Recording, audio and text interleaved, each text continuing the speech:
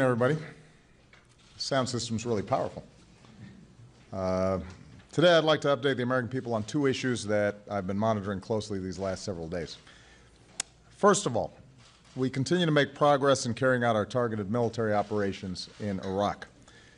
Last week I authorized two limited missions, protecting our people and facilities inside of Iraq, and a humanitarian operation to help save thousands of Iraqi civilians stranded on a mountain. A week ago, we assessed that many thousands of Yazidi men, women, and children had abandoned their positions to take refuge on Mount Sinjar in a desperate attempt to avoid slaughter. We also knew that ISIL terrorists were killing and enslaving Yazidi civilians in their custody and laying siege to the mountain. Without food or water, they faced a terrible choice: starve on the mountain or be slaughtered on the ground. That's when America came to help. Over the last week, the U.S. military conducted humanitarian airdrops every night, delivering more than 114,000 meals and 35,000 gallons of fresh water. We were joined in that effort by the United Kingdom, and other allies pledged their support. Our military was able to successfully strike ISIL targets around the mountain, which improved conditions for civilians to evacuate the mountain safely. Yesterday, a small team of Americans, military and civilian, completed their review of the conditions on the mountain. They found that food and water have been reaching those in need, and that thousands of people have been evacuating safely each and every night. The civilians who remain continue to leave, aided by Kurdish forces and Yazidis who are helping to facilitate the safe passage of their families. So the bottom line is that the situation on the mountain has greatly improved, and Americans should be very proud of our efforts. Because of the skill and professionalism of our military and the generosity of our people, we broke the ISIL siege of Mount Sinjar, we helped vulnerable people reach safety, and we helped save many innocent lives. Because of these efforts, we do not expect there to be an additional operation to evacuate people off the mountain, and it's unlikely that we're going to need to continue humanitarian airdrops on the mountain. The majority of the military personnel who conducted the assessment will be leaving Iraq in the coming days.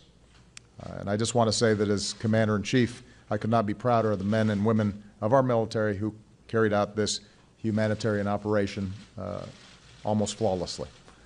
I'm very grateful to them, and I know that those who were trapped on that mountain are extraordinarily grateful as well.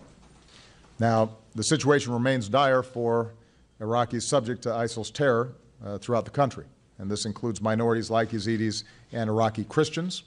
It also includes many Sunnis, Shia, and Kurds. We're going to be working with our international partners to provide humanitarian assistance to those who are suffering in northern Iraq, wherever we have capabilities and we can carry out effective missions like the one we carried out on Mount Sinjar without committing combat troops on the ground. We obviously feel a great urge to provide some humanitarian relief to the situation, and I've been very encouraged by the interest of our international partners in helping on these kinds of efforts as well. We will continue airstrikes to protect our people and facilities in Iraq. We have increased the delivery of military assistance to Iraqi and Kurdish forces fighting ISIL on the front lines.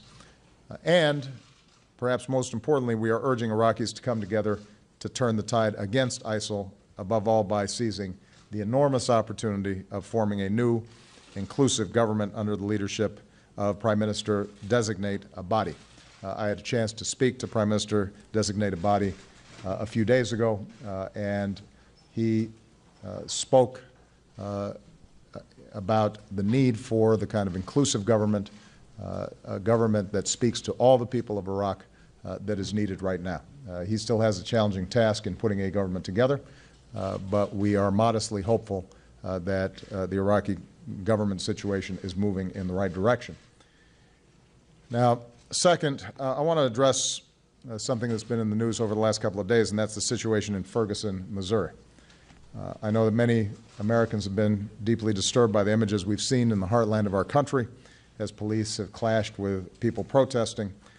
Today, I'd like us all to take a step back and think about how we're going to be moving forward. This morning I received a thorough update on the situation from Attorney General Eric Holder, who's been following it and been in communication with his team. I've already tasked the Department of Justice and the FBI to independently investigate the death of Michael Brown, along with local officials on the ground. The Department of Justice is also consulting with local authorities about ways that they can maintain public safety without restricting the right of peaceful protest and while avoiding unnecessary escalation. I made clear to the Attorney General that we should do what is necessary to help determine exactly what happened and to see that justice is done. I also just spoke with Governor Jay Nixon of Missouri. I expressed my concern over the violent turn that events have taken on the ground and underscored that now's the time for all of us to reflect on what's happened and to find a way to come together going forward. He is going to be traveling to Ferguson. He is a good man and a fine governor, and I'm confident that working together he's going to be able to communicate his desire to make sure that justice is done and his desire to make sure that public safety is maintained in an appropriate way. Of course, it's important to remember how this started. We lost a young man, Michael Brown, in heartbreaking and tragic circumstances. He was 18 years old. His family will never hold Michael in their arms again. And when something like this happens, the local authorities, including the police, have a responsibility to be open and transparent about how they are investigating that death and how they are protecting the people in their communities.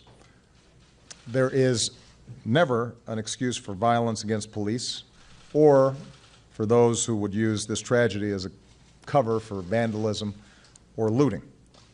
There's also no excuse for police to use excessive force against peaceful protests or to throw protesters in jail for lawfully exercising their First Amendment rights.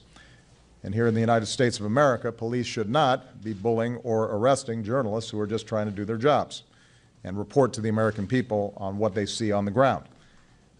Put simply, we all need to hold ourselves to a high standard, particularly those of us in positions of authority. I know that emotions are raw right now in Ferguson, and there are certainly passionate differences about what has happened. There are going to be different accounts of how this tragedy occurred. There are going to be differences in terms of what needs to happen going forward. That's part of our democracy. But let's remember that we're all part of one American family. We are united in common values, and that includes belief in equality under the law, a basic respect for public order, and the right to peaceful public protest, a reverence for the dignity of every single man, woman, and child among us, and the need for accountability when it comes to our government. So now's the time for healing. Now's the time for peace and calm on the streets of Ferguson. Now is the time for an open and transparent process to see that justice is done. And I've asked that the Attorney General and the U.S. Attorney on the scene continue to work with local officials to move that process forward. They will be reporting to me in the coming days about what's being done to make sure that happens. Thanks very much, everybody.